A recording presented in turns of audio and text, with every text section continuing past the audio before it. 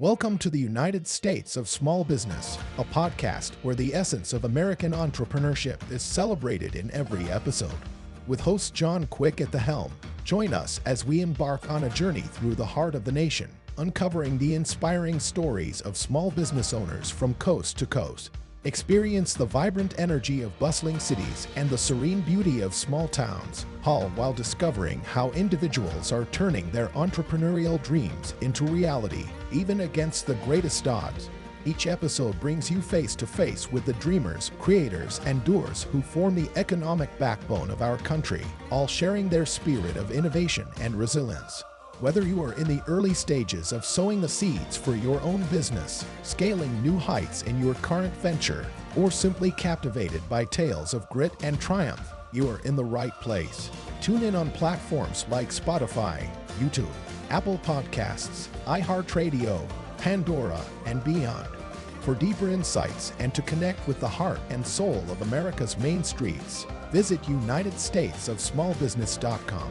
Subscribe to United States of Small Business with host John Quick now and be inspired by the powerful stories of entrepreneurship, community, and the unwavering pursuit of the American dream.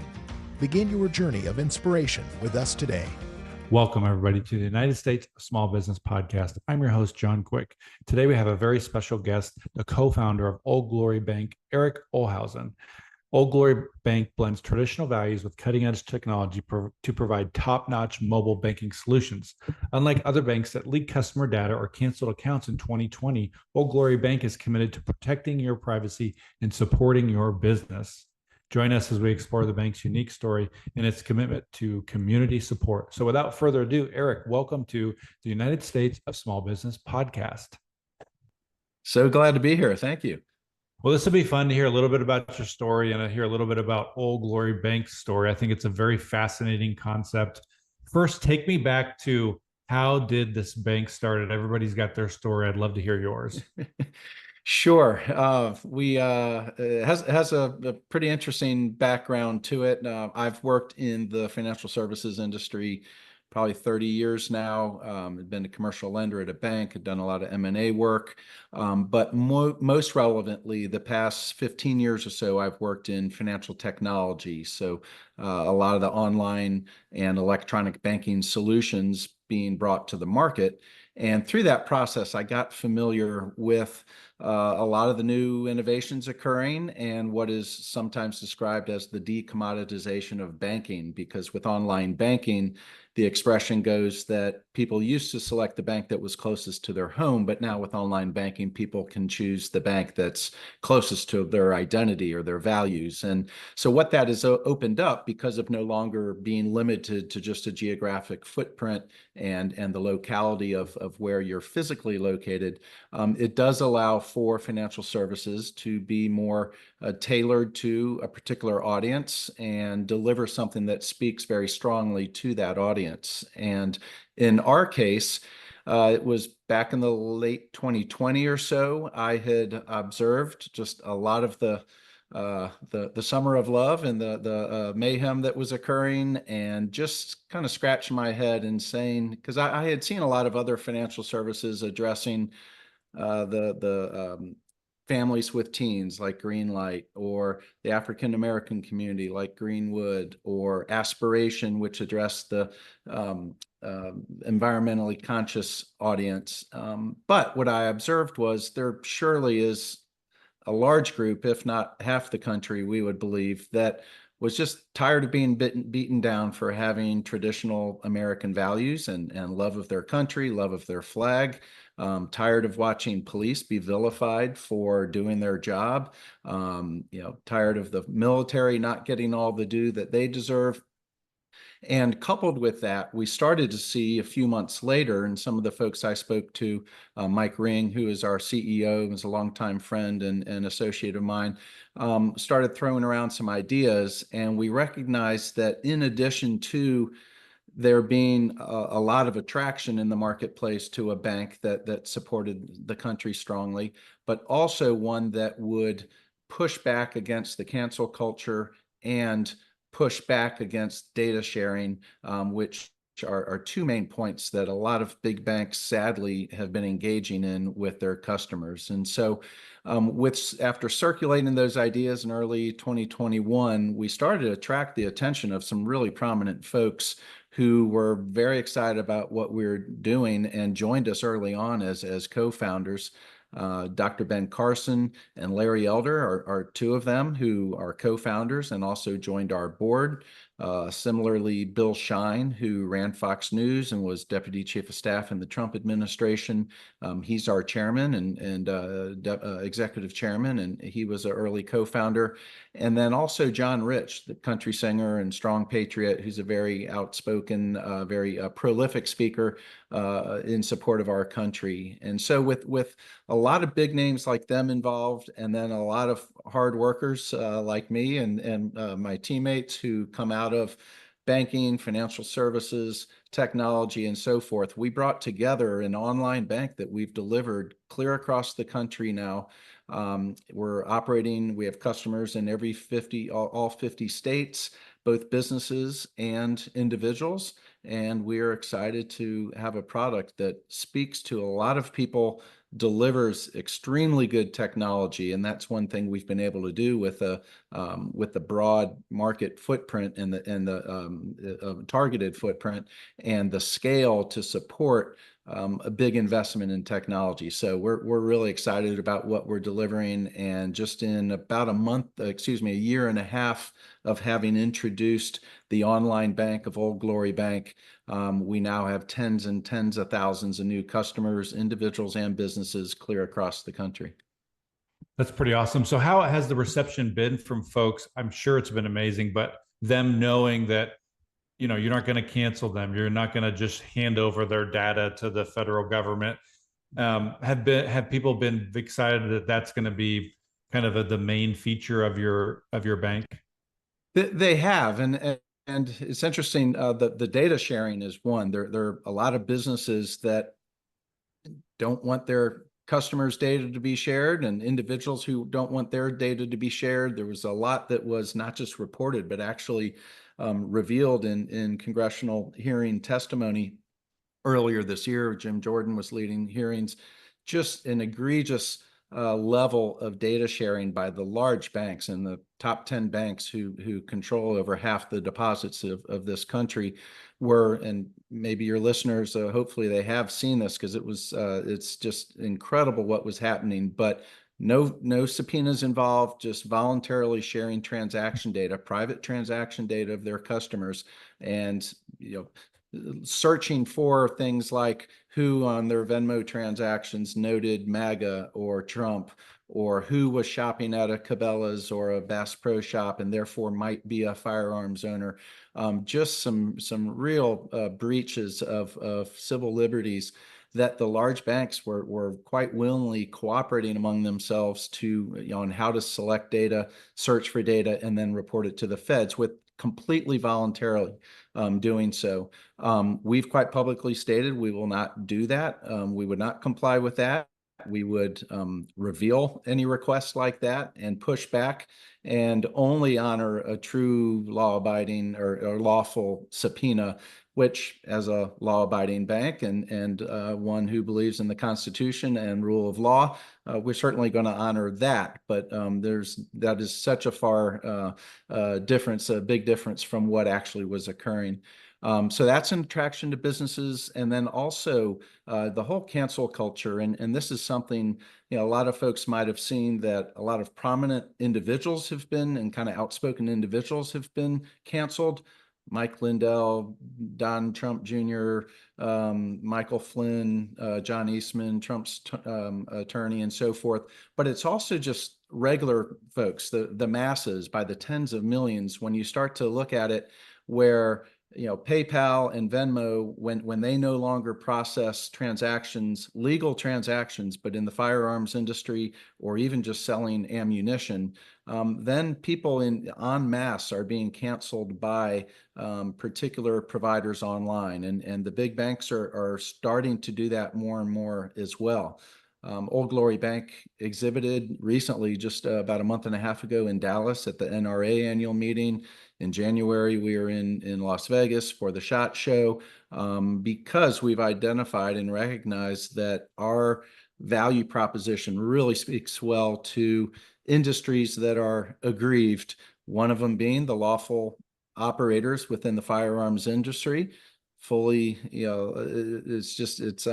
it's incredible. You look at PayPal's terms of use, and I've looked it up recently. In the same paragraph that they prohibit the use of PayPal for exchange of stolen property and exchange of illegal drugs, thirdly, they mention transactions involving firearms or ammunition. So in the same category as illegal activity, they're throwing not just lawful activity, but constitutionally protected lawful activity.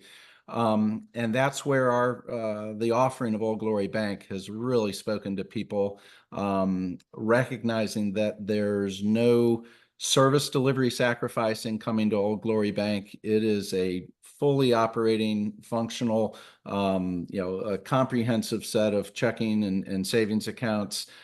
We have online banking tools that I would put up against Chase, B of A, Wells Fargo, and really good customer service as well. So we're excited to see that the Old Glory Bank story has resonated so strongly with so many people and businesses. That's awesome. Well, if folks have not yet, I want to encourage folks to go check out your guys' social media, because it's really awesome. You guys seem to be at all these events, talking to conservatives, really connecting with customers. Tell me what it's like, what it's been like to get some of these high level kind of conservative celebrities, to endorse and join your board of those kinds of things. That's got to be a feather in the cap, for all the hard work that you guys have put in to build this. It has been rewarding, and we've really got a great team, the whole organization at Old Glory Bank, who are very passionate.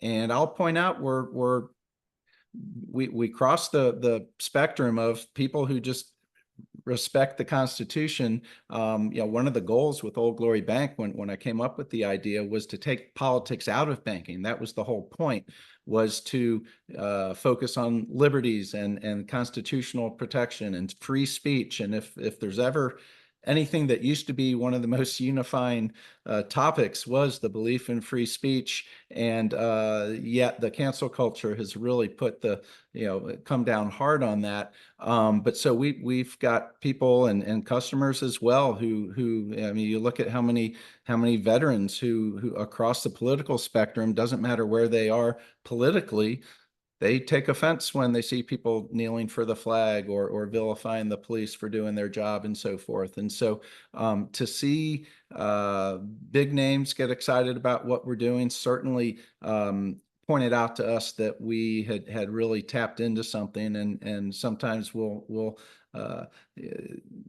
joke about a little bit just how we focus on this niche that wasn't being served, that's half the American people, and in a lot of ways we've really had that notion be reinforced when we are at conferences.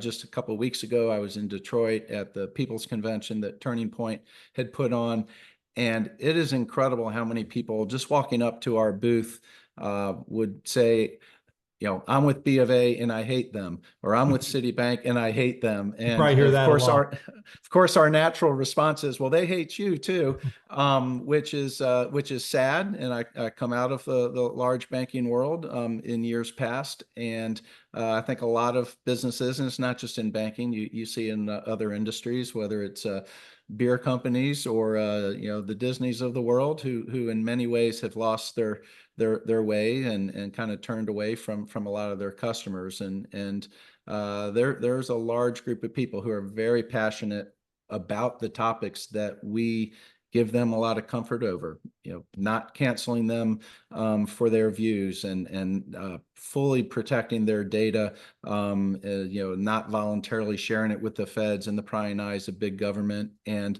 I think when people recognize that it's even industries like in the oil and gas, the fossil fuels industry, that's getting more and more canceled by the large banks. If you're an oil rig operator in the Midwest and you're working in Oklahoma or Kansas, or maybe you're in West Virginia, when the large banks are out there publicly stating that they are dramatically reducing their financing of the very industry that provides your livelihood or the livelihood of someone in your household, that's where I think a lot of people are recognizing that they do have the opportunity to vote with their feet and vote with their dollars, and they don't have to support organizations that aren't aligned on principles that matter to people. So we've really been excited about how things have resonated, and we encourage people. It's very easy to go to oldglorybank.com. Individual accounts take only 8 minutes to open up. Business accounts we can do in a matter of a couple of days. There's obviously a little more paperwork for organizations, but nothing that we haven't gotten a process for to do very rapidly and with some great support along the way. Nice. So what's been the biggest lesson for you learned along the way of starting a bank in a niche that has, and it's an enormous niche, right? That nobody's tapped yet. What's been one of the biggest lessons for you along the way? I would just say it's probably not a surprise that banking is probably the most regulated industry. It's has a lot of regulation and certainly for good reason. But we entered it with open eyes. There are simpler paths we could have gone through.